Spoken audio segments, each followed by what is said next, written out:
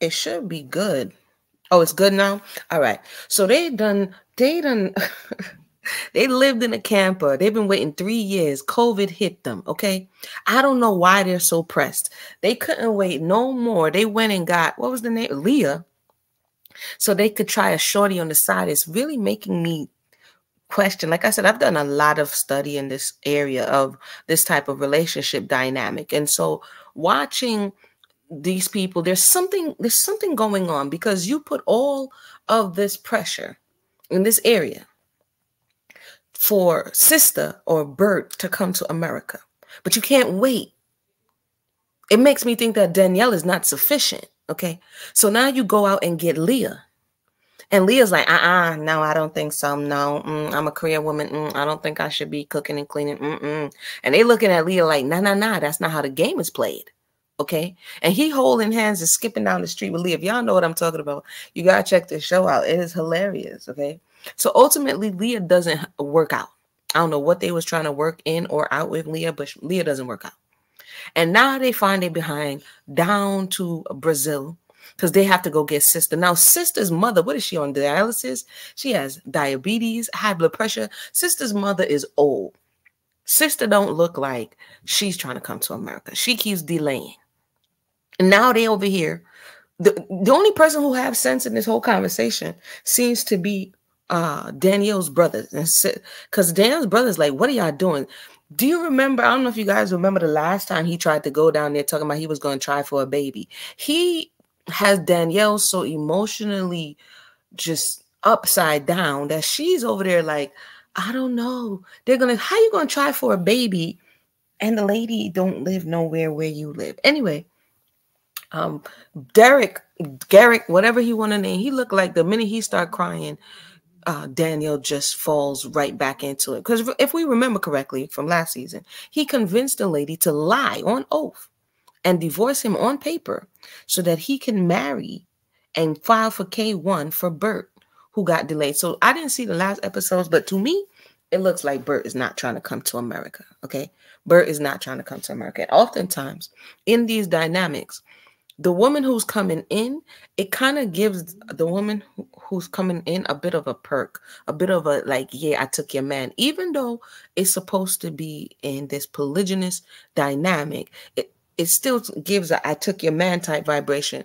That's the level Bert was on. She had the one up. But I think on the low, Danielle kind of wanted to sabotage that. Where now Danielle, to me, because it looked like she was enjoying Leah coming into the conversation way too much. So to me, y'all let me know in the comment section. It looked like Danielle wanted Roberta to feel what she felt. And so she was kind of more pushing for this Leah conversation. So anyway, they get down there and she gonna pretend like, oh, I thought you were okay with it, sister. I don't know. The whole thing gives me the heebie-jeebies. Enough of the Merrifields, right? But before that, let's just say I'm not watching Sidian. I don't know why they brought back Sidian. I'm not even going to front. I just skipped through all the Sidian parts because where are your children? Don't y'all have other things to do? Right? I don't know if they do or don't. I'm going to keep this one short. Who should I say for last? Some of the other ones I'm not even watching. But these two on the screen, I don't know which one is worth. I'm going to start off with, I'm going to leave Nick for last. The Epps, the ones that's in Orlando here. The little short guy. I forget his name. What's his name? I don't know what's wrong with him. If anybody out there can tell me, are they doing this for the show? Do they got to gas it up for the show? Because they seem pressed. They act like they're running a corporation and they have to fill an employee slot. He's thinking he's going back into old resumes from women who from 3 years ago, like, ooh, yeah, we connected, but not really. Let me try to schmooze her and see if she's down with Polly. If you have to convert the woman, you might want to look elsewhere. Do you know how many women are out here that are down for Polly?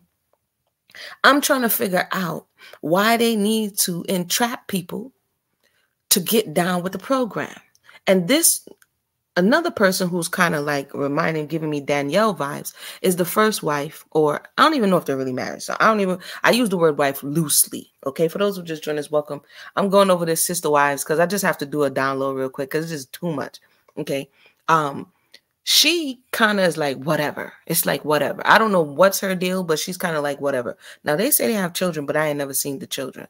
All of these people, I don't know what's going on. But anywho, the other woman who came in when she thought he was single, which is India, she's not adjusting well. But it's not enough. He's not even fully married to the woman. He's so-called engaged. This is why I think they capping for the show. He's engaged, quote unquote, to India. He has this original woman who went away and came back, right? And now he's looking for two more. That makes no sense. This to me seems like greed. It seems like greed. It seems like that you are not satisfied with what it is that you have, because there's no way that you're going to be wholly present in a relationship. You so-called engaged one person, so-called married to another person, and have not even sealed that deal yet, so to speak. And you are over here courting, quote unquote, a longtime friend and the fish that got away. This dude, and then he just rubs me the wrong way. He rubs me the wrong way. Shorty was like, you got a curfew. Homie stayed out all night. Talking about, we ain't do nothing. I think they capping for this show. Judah says, too dang many for them to be bothering. Right. There are plenty of people who are willing and looking for polygynous unions. Why is he fishing? I'll tell you what he did if you didn't see it. He baited a woman. And he's showing you on the show. He's telling you that he did not. His hopes is, and they showing his game now. His hope is that he's going to flute her in. She's going to get flued out. And she's going to come to Orlando. And he's going to put her up in an Airbnb. All right. And then he's going to cook for her. So in hopes that she would enjoy his company so much that when he slides this poly proposal, that's what I'm going to call it. When he slides the poly proposal in there on her, then she will be more inclined to accept. What happened with his situation is, in conversation, before she could fill her belly, they got to the poly proposal and he wasn't ready for the pitch. So when he pitched it, he had to sell too hard. I'm like, what type of manipulative, 12 laws of power is going on here? Usually when you have to do that and you sell somebody on something they're not looking for, it's going to come back and bite you. If she wasn't looking for that, why are you selling? Why are you going to put the women? So the women are like, don't just come here and throw somebody on us. I'm just trying to figure out, because there's a lot of fluids and energy exchanging in close proximity. It's just too much for me. It's too much for me. So, okay, so I'm going to put him to the side because he gives me a little bit. He makes my right eye twitch a little bit. There's something about him. He doesn't give me Dimitri vibes. If y'all missed the Dimitri conversation, yeah, check that out. He doesn't give me the Dimitri vibes, but he does give me a vibe. For instance, one of the women that he's trying to woo, I don't know why the ones he got now is not sufficient. He gonna ask the lady, oh, where are you going? Homie said out. And then apparently, based on their discussion afterwards, he wasn't pleased with that because she's not ready to bow down to him and answer the minute he asks her a question. And so he's unsure whether or not she's going to be a good poly partner. These two right here, just put them to the side. Last but not least, this bruh who's cheesing like a Cheshire cat. Okay, let me get the picture of a Cheshire cat. What was the name of that? What was in Alice in Wonderland? Remember the cat in Alice in Wonderland? Let me get, and I say that with all due respect. It's late. Y'all know when it gets late, how it gets. I'm not even gonna go over there because my computer freezing up. But he over here cheesing. Nick is his name. Nick said, you know what? I'm not even gonna mess around in the field where it's too hard. I'm gonna go for where I could catch these fruit. So Nick, yo, I don't know whether to laugh or cry about Nick's situation. But Nick told the women them that his job is to stay at home and to study as much as he can so that when they come home, he can wow them.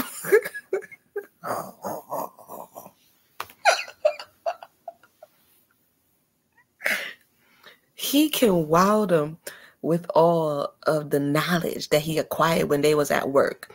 Nick is running some type of harem up in here, okay? So Nick had the first one. This lady over here in the purple, I forget her name. Y'all gonna have to excuse me. This is just a lot of people. He had for her first. I think they were together for a significant amount of years.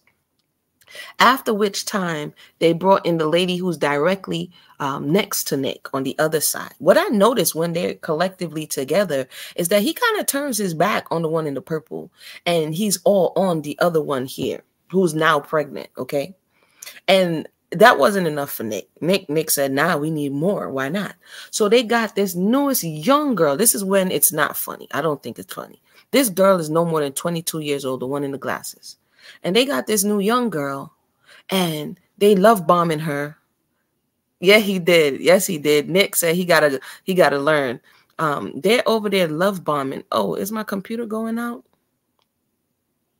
Yo, sis, when I say if you want a comedic relief, they're over here love bombing this young girl. This young girl is young, okay? And they love bombed her and they tell this is what it's going to be like. Nick is over here having these grown women sleeping in one bed. I'm like, bro, there has to be some brokenness somewhere. I don't care what anybody say. To this degree, these are whole adults, okay? There is some emotional something going on to where you feel that you have to become that enmeshed into somebody else, that you have no level of autonomy and you have to latch on to this person in such a way for you to feel alive, for you to feel present, for you to feel valuable. Something is wrong with that. And I think that to a certain degree, he looks for these vulnerable, or they, because he even sends the women out to fish for said type of people. Why is my thing? So I'm, even though it's not funny, the other two, you know, they're old enough, but this little young one right here, and when he proposed, they proposed. Oh wait, I didn't give the best part of Nick yet. Let me know if this computer is, if you're able to hear me. The best part of Nick is this. Nick say, Nick has taken pimping. They say pimping ain't easy. Nick took pimping to a whole new level. Nick said that he made the one in the purple and the now pregnant one in the flower print marry each other so that everybody could be on an even playing field. So now they collectively are asking, you see how he cheesing? He cheesing because he pays no bills. Now they collectively are asking the one in the glasses to marry them. But in order for it to work, they're going to have to bring in a fourth woman that the one in the glasses is going to have to marry. So the women are married to themselves, each other, and Nick is married to none. And all four of them then are going to go out and pay the bills for Nick to stay at home and study and wow them. That's why I had to leave Nick for last. Nasha, what's going on? So many women get played in these circles. I feel far. Yeah, the children. And that's when they said this lady is pregnant. I was like, y'all bringing children into this? It's not even like it's coherent. And all Nick literally, this is what shocked this young girl. This is why I said the young girl, they really did it when they went for this young girl. I think they should have left her alone. He laid with this young girl in the night and got up and laid with the other one in that same night. And the one in the glasses had no idea. What the backside? Exactly. So when the one in the glasses gets up the next morning, she's like, what? You laid with her? So Nick is just swapping juices all over the place. Nick may need to be hands laid on. He may have a sexual demon of some sorts, because there's no way. Not only do you not work, Nick, and not pay any bills, you convince these women that they should marry each other, that they should work, and that you should be the guru who, when they need some spiritual enlightenment at home, you shall bestow upon them the knowledge that you have gleaned for the day. Nick is the biggest hustler of this whole series, the whole series, all seasons. Nick, everywhere he go, he's smiling. These other ones are struggle poly. They struggle poly. Nick is not struggle poly. Nick is about to come out with a course. You know how as soon as you do something, they'll be like, yeah, I got a new course and an ebook. Because Nick is crushing the whole game right now. The smell of unbalanced pH. How did you lay down with one woman and then in the same space lay down? This is what I'm saying. What is going on? And this is on the TV. What is going on American television? This is what's on American television. The scripts write themselves. So that's what I wanted to bring forward. That's my thoughts. I couldn't take it no more. I didn't even follow up. Mary feels Garrick stay crying. I mean, Garrick, you built a beautiful house, okay? 5 bedroom, 3 bath, beautiful house. I don't think Roberta is coming. Secondly, why are you always crying? What is wrong with you? Everywhere he go, oh, he wasn't crying when he made Danielle divorce him on paper so he could marry Shorty. He wasn't crying then. But Bert, I miss you so much, Bert. Something ain't right about Garrick. Y'all need to check that out. So with that said, my computer is freezing up, but that's my thoughts. We're gonna need more than air freshener. We're gonna need some apple cider vinegar with some cayenne pepper flushes in the morning. We're gonna need, no polyester underwear. You're gonna have to have a whole de-yeasty. You're gonna have to stay away from alcohol for a while, because all of these different people, I'm not trying to be funny, but seriously, I'll leave on this. I remember many years ago, I put something up about multiple partners and yeast infections on Facebook. Let's just say it caused a bit of a stir. People were mad at me that day. I've been good over on Facebook. But my point is, just like Judah is saying, everybody has, especially women, each woman has their own pH. What you eat, what you consume, whatever, all the things that's going specifically for your body. Nick, with the Magic Stick Nick over here, he introduces his pH to each one of these women. So he carries what he carries, then he brings it to one woman, and then he goes and then brings it to another woman, and then goes and brings it to another woman, right? And just the partner that they have, let's just say it was them and Nick, he can throw their bodies off. But now this is 3 people, 4 people, and 5 people, and whenever they're going to stop, 6 people throwing one another's pH off. It's more than pH, but y'all get the drift. So they proposed to this girl, and she was like, she looked like she wanted to say no, but she agreed. And now they're about to rope her in, although she told her friend that he don't pay no bills. So I think she may be the one. He should have been satisfied. There's an old Caribbean saying that you want all to get none tall. He should have been satisfied with these 2 because he already had them brainwashed. But this little last one here, I don't think the brainwashing is sufficient enough. And if them slip, them slide, because she is going to be the wild card. Okay, that's what I'm calling. She's going to be the wild card on this. And Epps over here, and it's the Baldhead brothers this season. It's the Baldhead brothers this season, and it's the Melanated brothers out here just showing. And oh wait, I forgot to say, what's his name? The one from Orlando. You should hear his sales pitch. You get work, you get help at the house.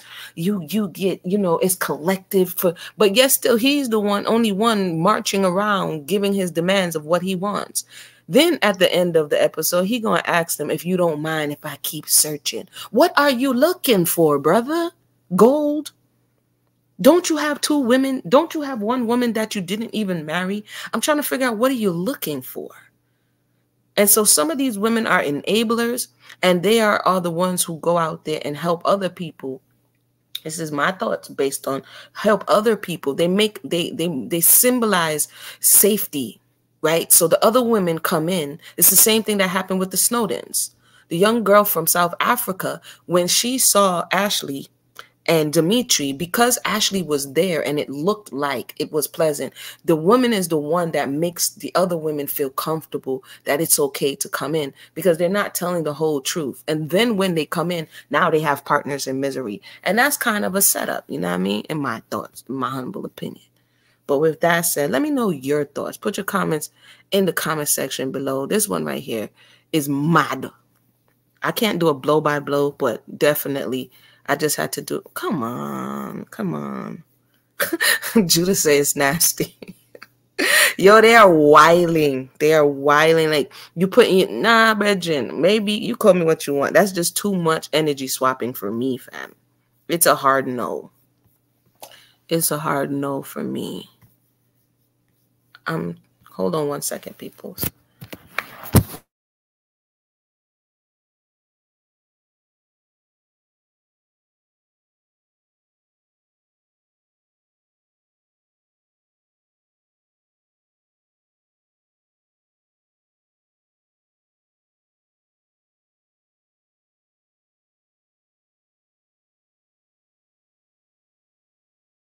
This episode is sponsored by Yummy Curry Powder. Go on over to www.theyummycottage.com for your powder today.